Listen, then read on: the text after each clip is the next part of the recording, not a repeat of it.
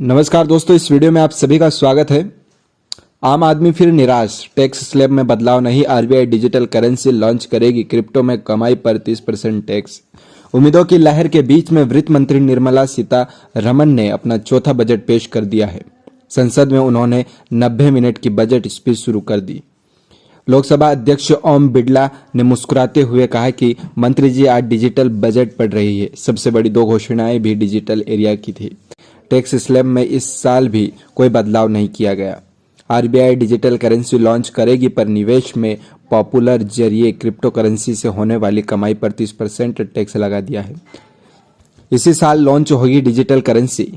Blockchain और अन्य technology का इस्तेमाल करते हुए इसी साल आरबीआई डिजिटल रुपया जारी करेगी। इससे इकोनॉमी को बहुत अधिक बढ़ावा मिलेगा। क्रिप्टो करेंसी से होने वाली कमाई पर 30% टैक्स लगाया जाएगा। वित्त मंत्री ने कहा है कि वर्चुअल डिजिटल असेट्स के टैक्सेशन में बदलाव किया गया है। ऐसी किसी भी प्रॉपर्टी के ट्रांसफर पर 30% टैक्स लगेगा, कोई छूट नहीं मिलेगी। कॉर्पोरेट टैक्स पर 18% से घटाकर 15% कर दिया गया है।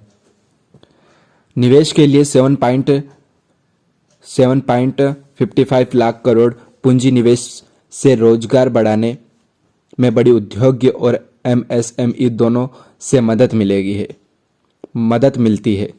महामारी के असर से बाहर निकलने के लिए यह जरूरी है कि निजी निवेशकों की क्षमता बढ़ाई जाएगी। इसके लिए केंद्रीय बजट में 5.54 लाख करोड़ रुपए से बढ़ाकर 7.55 लाख करोड़ का प्रावधान कर दिया गया है।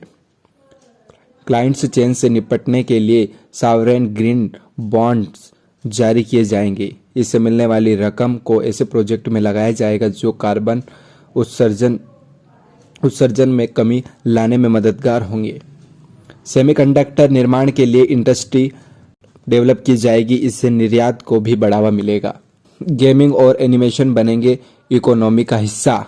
एनिमेशंस, विजुअल इफेक्ट, गेमिंग और कॉमिक्स यानी एवीजीसी सेक्टर में रोजगार की असीम संभावना है।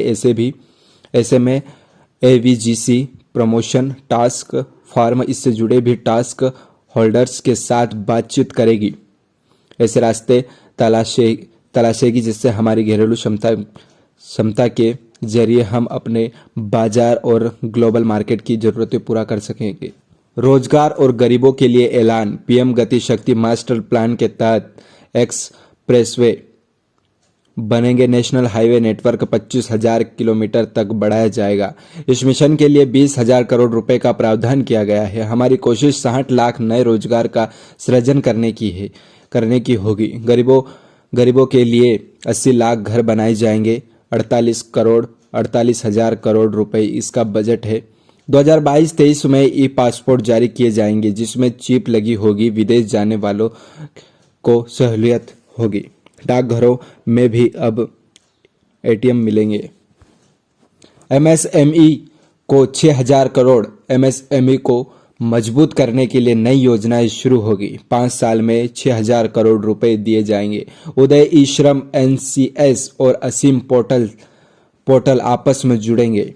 इससे उनकी संभावनाएं और ज्यादा बढ़ेगी। अब ये लाइव ऑर्गेनिक डेटाबेस के साथ काम करने वाले प्लेटफॉर्म होंगे। इससे क्रेडिट सुविधाएं मिलेगी और एंटरप्रेन्योरशिप के लिए संभावनाएं बनेगी। पीएमई विधा प्रोग्राम का दायरा बढ़ा। महामारी के दौरान स्कूल बंद होने पर गांव के बच्चों को 2 साल शिक्षा से वंचित रहना पड़ा। पीएमई विद्या के तहत ऐसे बच्चों के लिए एक ऐसी क्लास का एक टीवी चैनल प्रोग्राम के तहत अब चैनल 12 से बढ़ाकर 200 कर दिए जाएंगे। ये चैनल क्षेत्रीय भाषाओं में होंगे। व्यावसायिक शिक्षा को बढ़ावा देने के लिए तकनीकी की मदद ली जाएगी। एक डिजिटल यूनिवर्सिटी की स्थापना की जाएगी। 400 नई पीढ़ी की वंदे मातरम ट्रेनें चलेगी। 400 नई जनरेशन की वंदे मातरम ट्रेनें अगले 3 साल के दौरान चलाई जाएगी। प्रधानमंत्री गति शक्ति कार्गो टर्मिनल में भी इसी दौरान डेवलप किए जाएंगे। मेट्रो सिस्टम को डेवलप करने के लिए इनोवेटिव रास्ते अपनाए जाएंगे।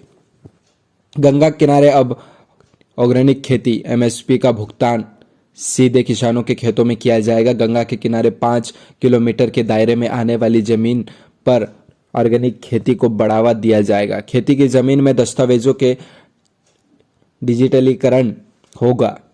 राज्यों को एग्रीकल्चर यूनिवर्सिटी के सिलेबस बदलने को कहा जाएगा ताकि खेती की लागत को कम किया जा सके। फलों और सब्जियों की उन्नति किस्म अपनाने वाले किसानों की मदद के लिए राज्यों के साथ मिलकर काम करेंगे। किसानों के डिजिटल सर्विस मिलेगी। इससे दस्तावेज, खाद, बीज, दवाई से संबंधित सेवाएं शामिल है। अमृतकाल का बजट। सबसे पहले मैं उन लोगों के लिए संवेदना जाहिर करता हूं जिन्होंने कोविड महामारी में परेशानी झेली। हम आज़ादी का अमृत महोत्सव मना रहे हैं और यह अमृतकाल का बजट है जो अगले 25 साल की बुनियाद रखेगा। आज़ादी का 75वां साल से 100 साल तक का ब्लूप्रिंट पेश कर रही हूँ। महामारी में प्रभावित हुए किसान, छोटे मंझोले व्यापारी और टूरिज्म सेक्टर को भी स्पेशल पैकेज के ऑक्सीजन की आस थी। युवाओं को रोजगार सपोर्ट चाहिए और इंडस्ट्री को लॉन टैक्स जैसी प्रोसेस इलेक्शन की भी चाहत थी। दोस्तों फिर मिलते हैं एक नई वीडियो के साथ, तब तक के लिए जय हिंद।